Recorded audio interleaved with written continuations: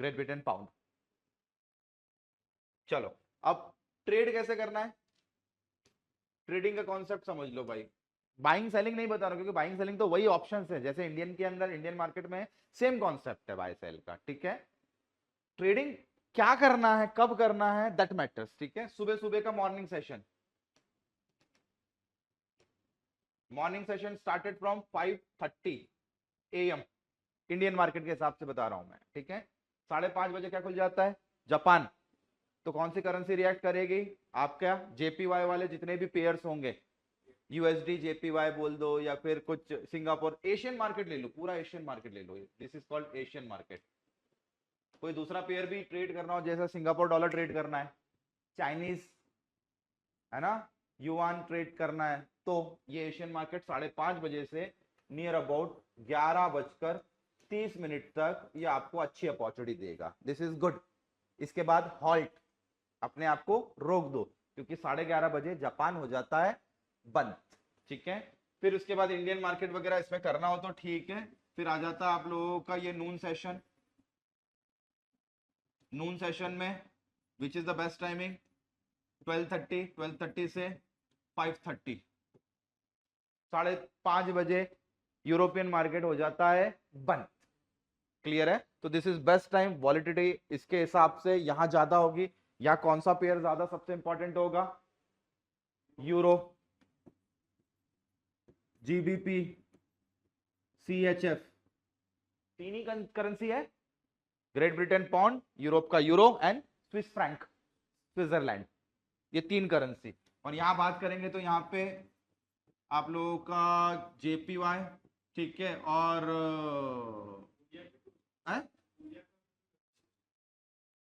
Korea के तो ignore कर दो उसको, सिंगापुर ले लो, यहाँ पे सिंगापुर आपका एसजीडी, सिंगापुर डॉलर,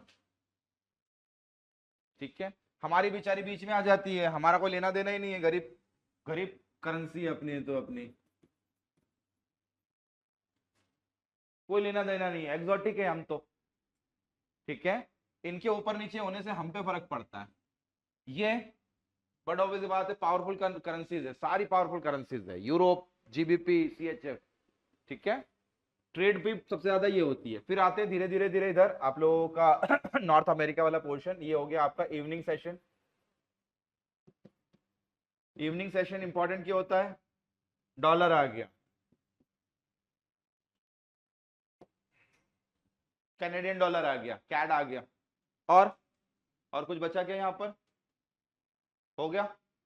इधर यूरोपियन सेशन में और लिख लो, इसके अलावा दो करेंसी और भूल गया, Australian dollar odd and New Zealand dollar, इतने ज्यादा नहीं है बट काम के तो हैं, ठीक है।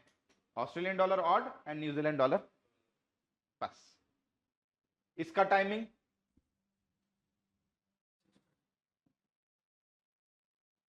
7 से ऑलमोस्ट रात को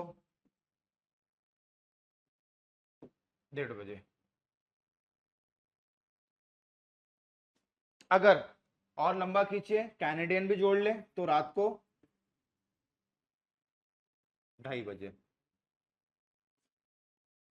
फिनिश। सबसे ज्यादा हाई वॉलेटिलिटी यहां, क्योंकि ऑलमोस्ट 25 से 30 ट्रिलियन की इकोनॉमी खुलती है रोज रात को, 25 से 30 ट्रिलियन, यहां करीब करीब 15 से 16 ट्रिलियन, यहां करीब करीब होगा करीब 10-12 ट्रिलियन के आसपास। अब सोचो कि वॉलिडिटी कहां आना जरूरी है, दिस इज इन द इस सेशन के अंदर। तो अगर आपको कुछ भी ट्रेड करना हो, इवन करेंसी ट्रेड करना हो, इवन कमोडिटी ट्रेड करना हो, इवन आपको एनर्जी ट्रेड करना हो या स्टॉक्स ट्रेड करना हो, तो सबसे इंपॉर्टेंट सेशन बोला जाता है evening session, that is called New York session, है ना। नाम भी अगर लगे तो लिख लेना, that is called New York session, New York session.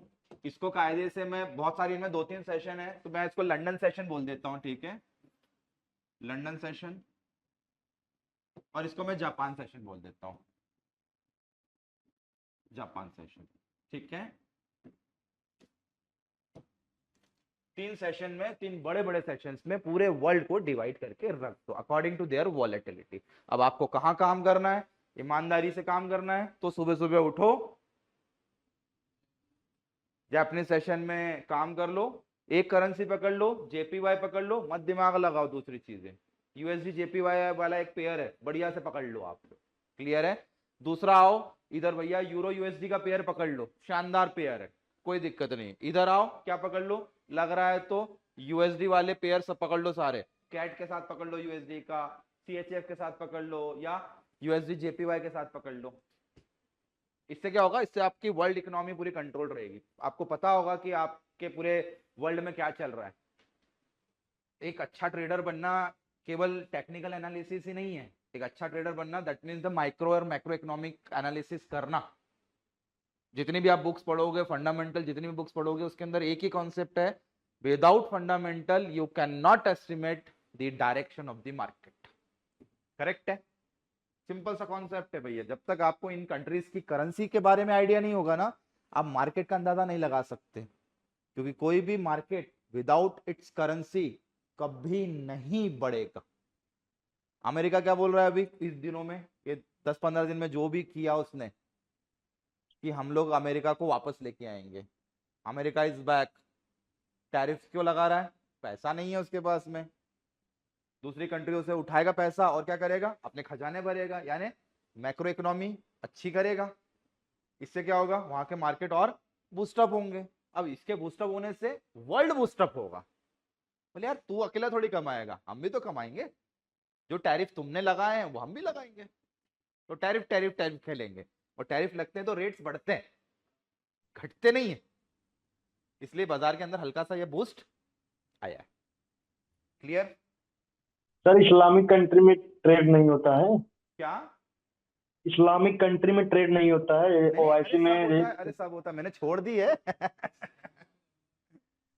जैसे होता है, सर कुवैत कुवैत कुवैत हो गया, ओमान हो गया, सब जगह ट्रेड जैसे। होता है, सब जगह। देखो ट्रेड सब जगह होता है, बट इंपॉर्टेंट सेशंस बताए मैंने, ये this is the important session जिसमें मोमेंटम आता है मार्केट के अंदर ज्यादा, जी जी है ना। अब आप भले दुबई ले लो, कुवैत ले लो, सब प्रॉपर तो है, तो वही चीज ना।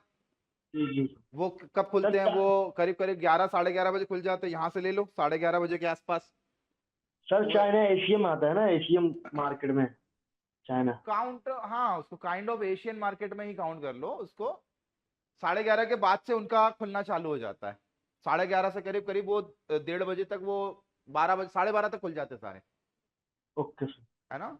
11:30 से ऑलमोस्ट 12:30 ले लो, यहां तक सारी इस्लामिक कंट्रीज खुल जाती है, और वहां के जो मार्केट है वो चालू हो जाते हैं, तो यू कैन ट्रेड। और वैसे भी फॉरेक्स है, फॉरेक्स तो 24/5 है ना, जी कहीं भी जी काम कर लो, कोई दिक्कत थोड़ी है, जी। टाइमिंग का कोई लोचा नहीं है। सुबह 5:30 बजे फॉरेक्स खुलेगा, और समझो कि रात को 2:30 तक चलता रहेगा विदाउट एनी इंटरप्शन, और वापस वही 2-1 घंटे के हॉल्ट के बाद में चलता तो रहता है वो, लेकिन क्या होता है, हल्का फुल्का वॉल्टिलिटी खत्म हो जाती है, ना के बराबर मोमेंटम होता है, फिर आता है 5:30 बजे चालू हो जाता है। क्योंकि अमेरिका में प्री ओपन सेशन रात को 2:30 बजे खुल जाता है, जैसे अपने प्री ओपन सेशन खुल जाता है ना 8:45 बजे 8:45 पे, तो वहां प्री ओपन सेशन रात को 2:30 बजे ही खुल जाएगा। तो उसके कारण क्या होता है, थोड़ा सा हलचल, बिडिंग्स लगना चालू हो जाती है ना, प्री ओपन बोले तो बिडिंग्स लगना चालू होगा कि अब भैया अगले दिन 7 बजे खुलेगा शाम को, तो उसके हिसाब से बाजार रिएक्ट करेगा। तो उस प्री ओपन सेशन के कारण फ्यूचर्स चलते हैं, यूएस फ्यूचर्स जो है ना सीएफडी वाले, वो चलते हैं, और फिर जैसे ही एक्चुअल शाम को 7 बजे बाजार खुलता है तो फ्यूचर्स का काम खत्म, एक्चुअल मार्केट का डायरेक्शन चालू। इसलिए अमेरिकन मार्केट समझना बड़ा डिफिकल्ट है, लोग नहीं समझ पाते कि सर कैसा क्या इधर से उधर क्या कोरिलेशन है। इसलिए फॉरेक्स आप लोगों को पूरा डायरेक्शन देगा, फॉरेक्स को समझना और फिर इंडियन मार्केट के अंदर प्लान करके ट्रेड करना, मजा आएगा। चलो ये तो रही इंपॉर्टेंस की बात, ये सबके लिए एप्लीकेबल है, कमोडिटी के लिए भी एप्लीकेबल है। अब कमोडिटी में पेयर्स देख लो कौन कौन से, करेंसी में पेयर्स क्लियर है, कोई दिक्कत नहीं है। कमोडिटी के अंदर पेयर मिलेगा XAU USD, that is called gold. क्यों भाई, समझ में आता है ना। XAG USD, that is called silver. XPT USD, that is what, platinum. XPD USD, that is called palladium. These are the four currencies, sorry, four metals. इनको metal बोल दो. पहला गोल्ड, एक्स एक्स बोले तो फॉरेक्स का x. ठीक है, हम लोग ट्रेड क्या कर रहे हैं, commodity, but in terms of forex के रूप में ही. पेयर है, यूएसडी देकर फॉरेक्स का गोल्ड ले रहे हैं. फिजिकल नहीं मिलेगा यहां पर, ये केवल डिजिटल बाइंग और सेलिंग के काम आता है. अब लॉट साइज जो है इनके 100 आउंस, 100 आउंस. 100 आउंस बोले तो एक आउंस में होता है आपका 28.35 ग्राम्स. ठीक है, इंडिया में क्या होता है, इंडिया में होता है 10 ग्राम का डिस्प्ले. आपको जो रेट दिखते हैं ना 86,000 rupees, this is the display of 10 grams. तोला नहीं है वो, तोले की बात करोगे तो 11.66 होता है. ठीक है, सिल्वर, सिल्वर का 5,000 आउंस, प्लैटिनम 100. यानी जो भी फॉरेक्स में आपको डिस्प्ले दिख रहा है उसमें अगर एक पॉइंट डेसिमल के पहले पहले वाले, पिप्स में नहीं, पहले पहले वाले मोमेंटम हुआ, $1, $1 ऊपर नीचे तो $100, $5,000, 100 और $100. This is a lot. इसको ही क्या कर दो, इसको फ्रैक्शनल में तोड़ दो. अगर मैंने आपको बोला कि भैया एक काम करो, सबसे छोटे लॉट पे काम करना है अपने को, गोल्ड के सबसे छोटा लॉट बोले तो बड़ा लॉट ये, उससे छोटा लॉट ये, और उससे छोटा लॉट. बड़े लॉट में प्रॉफिट कितना होगा, $100. उससे छोटे वाले में कितना होगा, $10. उससे छोटे वाले में कितना होगा, $1. सिल्वर में मैंने बोला कि भैया बड़ा लॉट खरीदना है आपको, यानी वॉल्यूम 1 खरीदना है, कितना प्रॉफिट होगा, $5,000 प्लस माइनस. उससे छोटे वाले में 500, उससे छोटे वाले में $50. सबसे बड़ा लॉट है ये, खाते खाली कर देता है, अमाउंट भी ज्यादा लगेगा ना. प्लैटिनम वही बात हो गई. ठीक है, सबको लॉट साइज के हिसाब से ही डिफाइन करने का है. लॉट यही है 1, 0.10 और 0.01. ये बड़े लॉट लिखा दिए मैंने, this is the standard lot. इसी को फ्रैक्शनल कर दो. क्लियर है फंडा. 100 का डिस्प्ले, ये अमेरिका में चलता है एक्चुअली में, तो अमेरिका के लॉट्स को वैसा का वैसे उठा के फॉरेक्स वालों ने जमा दिया पूरा का पूरा. वहां जो लॉट सिस्टम है वही लॉट सिस्टम फॉरेक्स में भी काम कर रहा है. ठीक है, ये गोल्ड सिल्वर के लिए और प्लैटिनम और पैलेडियम के लिए चारों कंट्री, चारों करेंसी अपना जो है कमोडिटीज ट्रेड हो रही है. इसके अलावा करेंसी वो भी बता देता हूं. एनर्जी, एनर्जी प्रोडक्ट, ये भी कमोडिटी में ही आता है.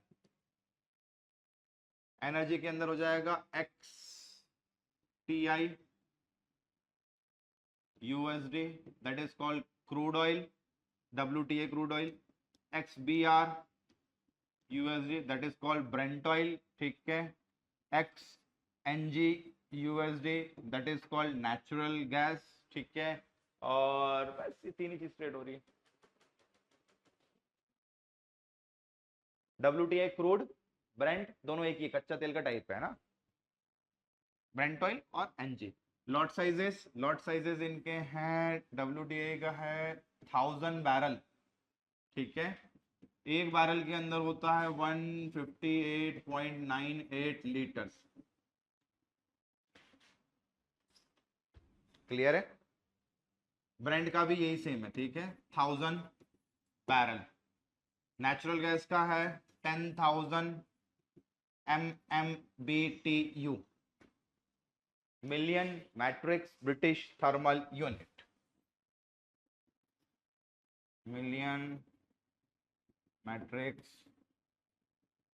British thermal unit. This is the standard lot size. Clear है. अगर लिखा स्टैंडर्ड लॉट में 1, कितना प्रॉफिट होगा, $1,000. आपने इसी को फ्रैक्शन कर दिया, 1.0 वॉल्यूम खरीदा, कितना प्रॉफिट होगा? 100। इसी का छोटा लॉट कर दिया 0.01, कितना प्रॉफिट होगा? 10। डेसिमल के पहले की बात कर रहा हूं, क्योंकि ये मोमेंटम काय में करेंगे, डेसिमल फ्रैक्शन में करेंगे हम, तो उसका आगे की यूनिट का ऊपर नीचे कर लेते हैं। क्लियर है? यहां पर भी सेम कॉन्सेप्ट है, यहां पे भी same concept. Profit loss is same according to their lot size. ये एनर्जी प्रोडक्ट्स हो गए। That's it. और क्या बचा इसमें?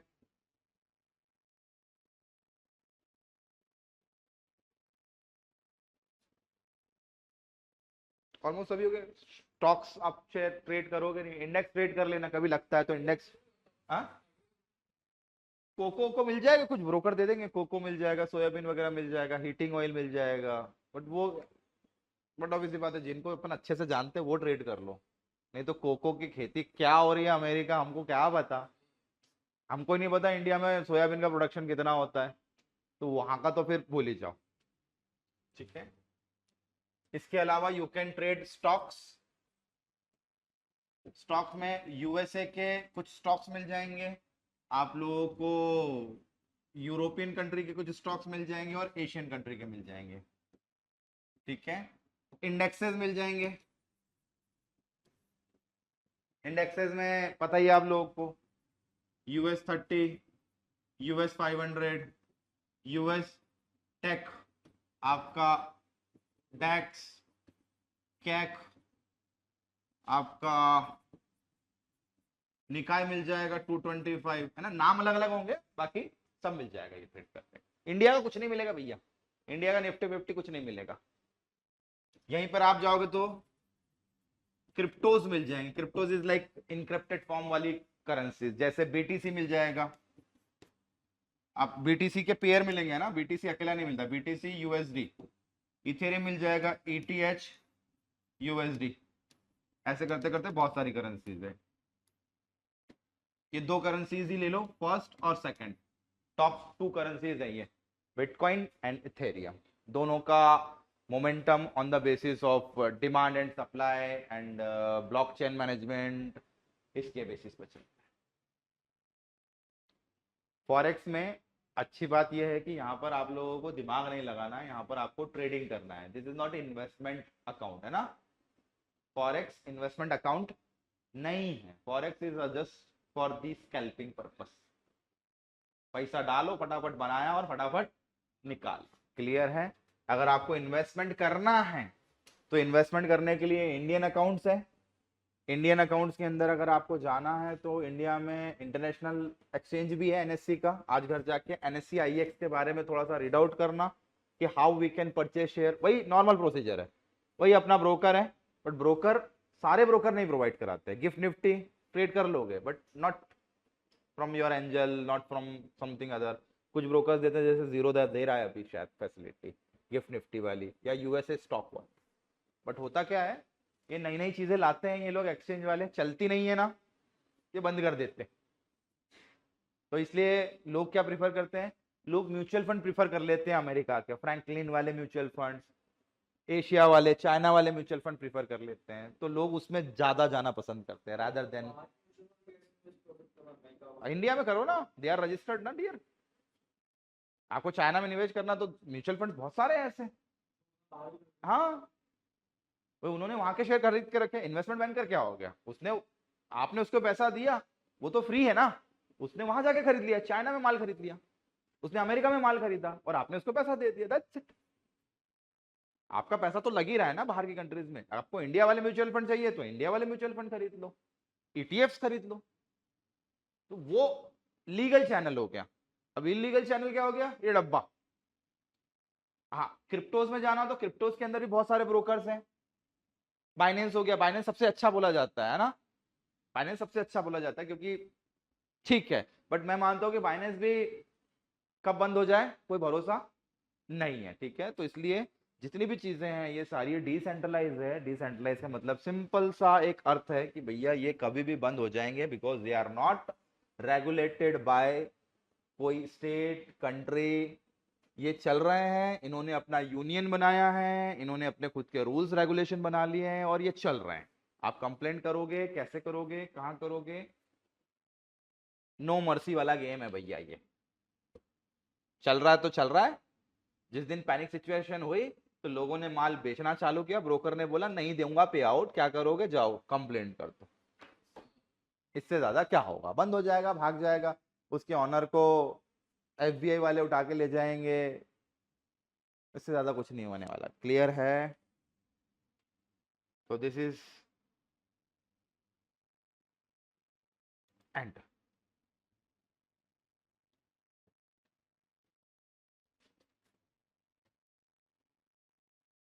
हाँ जी, और बोलो।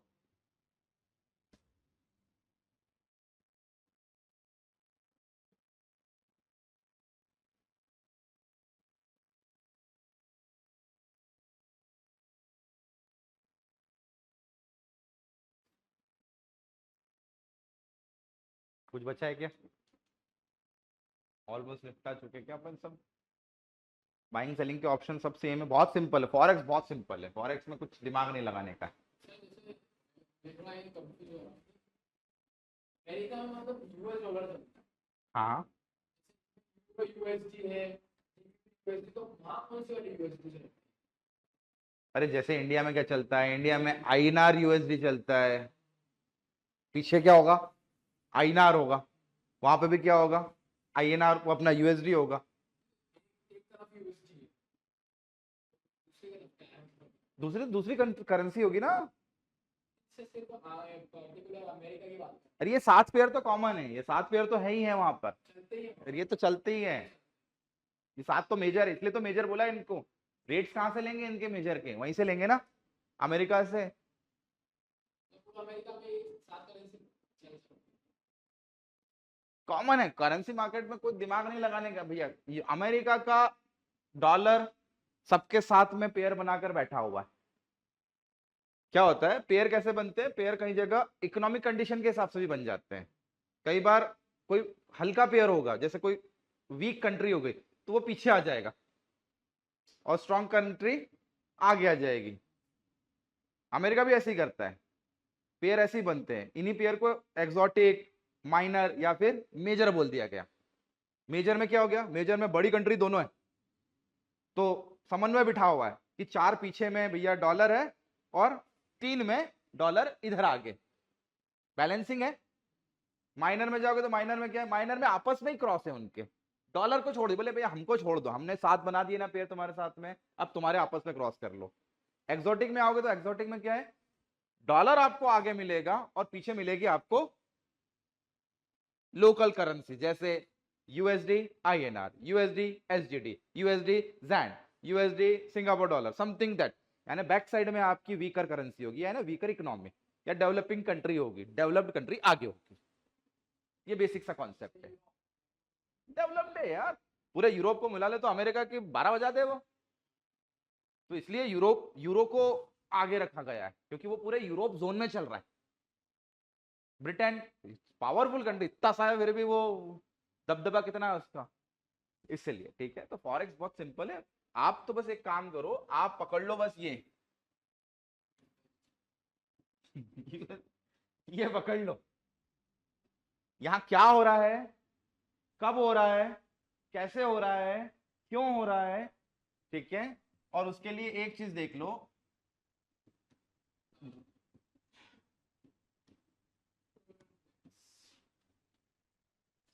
ठीक है, डॉलर इंडेक्स देख लो, 106 107 डॉलर के आसपास है वो। Dollar index shows the strength of dollar against 6 major currencies. 6 major currencies का कॉम्बिनेशन और डॉलर रिप्रेजेंट हो रहा है उससे। ठीक है,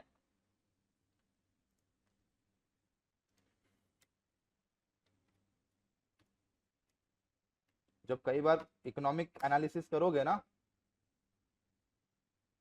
तो पता पड़ेगा।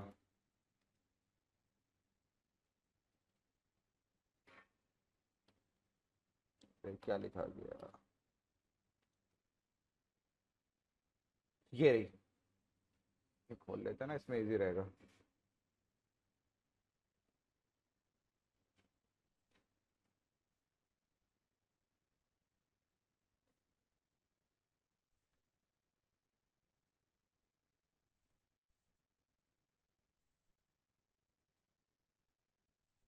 यूरो है सबसे ज्यादा, yen, GBP, Canadian, Swiss krona and Swiss Frank.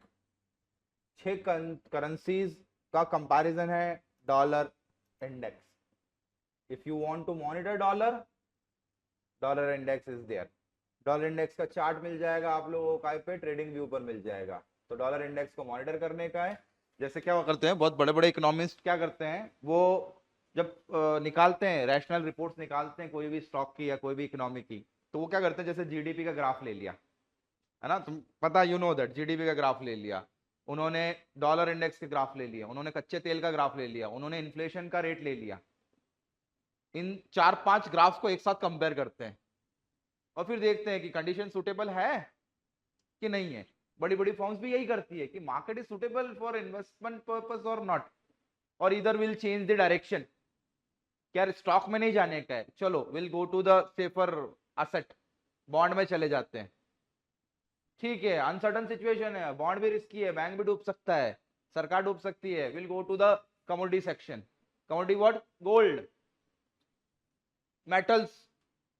Gold के रेट कभी नीचे नहीं आएंगे अगर वर्ल्ड वॉर हो गया या कुछ गंदी से गंदी कंडीशन आ गई, क्योंकि बार्टर सिस्टम काय पे होगा, फिर गोल्ड के बेसिस पर होगा, क्योंकि करेंसी तो डूब गई। तो बैंक में रखा हुआ पैसा भी डूब गया, मार्केट में रखा हुआ पैसा भी डूब गया, कौन बचाएगा? Safe haven metals, that is gold. Something platinum हो जाएगा, पैलेडियम हो जाएगा, और कहीं बच गए तो क्रिप्टो करेंसी जैसा उठा गया तो वो बचा लेगा। तो ये सारे क्या है? असेट। इन सबको अब असेट कैटेगरी में डाल दिया है। तो आप अपने हिसाब से आप देखो, मॉनिटर करना है डॉलर क्योंकि जरूरी है, बिना उसके हमारा काम नहीं चलेगा, क्योंकि वो अब लीड करना चालू कर दिया है। यूएसए पहले लीड नहीं कर रहा था, अब उसने लीड करना चालू कर दिया है। ट्रम्प का जो कार्यकाल है 5 साल, इसमें लीडरशिप बहुत चलेगी उसकी, मैंने दबदबा बोलते हैं ना, जैसे मोदी जी ने थोप दिया ये करना है तो करना है, वॉर हाँ कर लो, ठीक है। वॉर तो मुझे ऐसा लगता है अब नहीं होगा, ये वॉर को आप खत्म करेंगे, इनको अब धंधा करना है। हो गया वॉर, 4-5 साल वॉर चला लिया इसने, बाइडेन ने। अब ये क्या करेगा? सारे वॉर खत्म करेगा, बिजनेस करेगा। अब ये बिजनेस कब होगा? वॉर बंद होगा, करेंसीज को बढ़ाएगा, ये अपनी वैल्यूएशन डबल ट्रिपल करेगा। अब ये तो इट्स टाइम फॉर अमेरिका, है ना। उस कंडीशन में हम भी अपने हाथ धो लेंगे। चलो एक डॉलर इंडेक्स देख लिया करो, ठीक है। डॉलर इंडेक्स एक बहुत बढ़िया चीज है जिसको देखकर आपको यूएसए की इकोनॉमिक के बारे में अंदाजा लगेगा। डॉलर इंडेक्स का कंपैरिजन जीडीपी के साथ में, कंज्यूमर प्राइस इंडेक्स के साथ में, जॉब्स के साथ में, और US 30 या मार्केट के साथ में, ये 4-5 ग्राफ को लेकर कंपैरिजन कर लिया करो, या कहीं रिपोर्ट में पढ़ सकते हो तो रिपोर्ट में पढ़ लो, दैट्स इट। क्या होता है, बड़े कस्टमर्स यहीं से निकलेंगे। आप FII की बाइंग पकड़ना चाह रहे हो ना, तो ये पकड़ना पड़ेगा, क्योंकि वो भी यही पकड़ता है। वो खुद नहीं करता है, उन्होंने कंपनी बना के रखी है इन्वेस्टमेंट बैंकिंग फर्म से, जो काम यही कर रहा है। बैठे बैठे क्या करते हैं ये लोग? रिसर्च, मार्केट का डाटा कलेक्ट किया जाता है, एनालिसिस किया जाता है, उस कलेक्टिव डाटा को क्या किया जाता है? सेक्टर वाइज अप्लाई किया जाता है कि यार ये collective data good for manufacturing, good for processing, good for surveys, good for something else. फिर बोला जाता है कि नहीं यार, that data is suitable for like manufacturing, और मैन्युफैक्चरिंग यानी अच्छी बात है, जितना ज्यादा मैन्युफैक्चर होगा उतना डिमांड एंड सप्लाई बढ़ेगा, और डिमांड एंड सप्लाई रोटेशन, और रोटेशन अच्छा होगा तो मुझे नहीं लगता कहीं बाजार गिरेगा। क्लियर है? This is the end of this chapter. हाँ जी,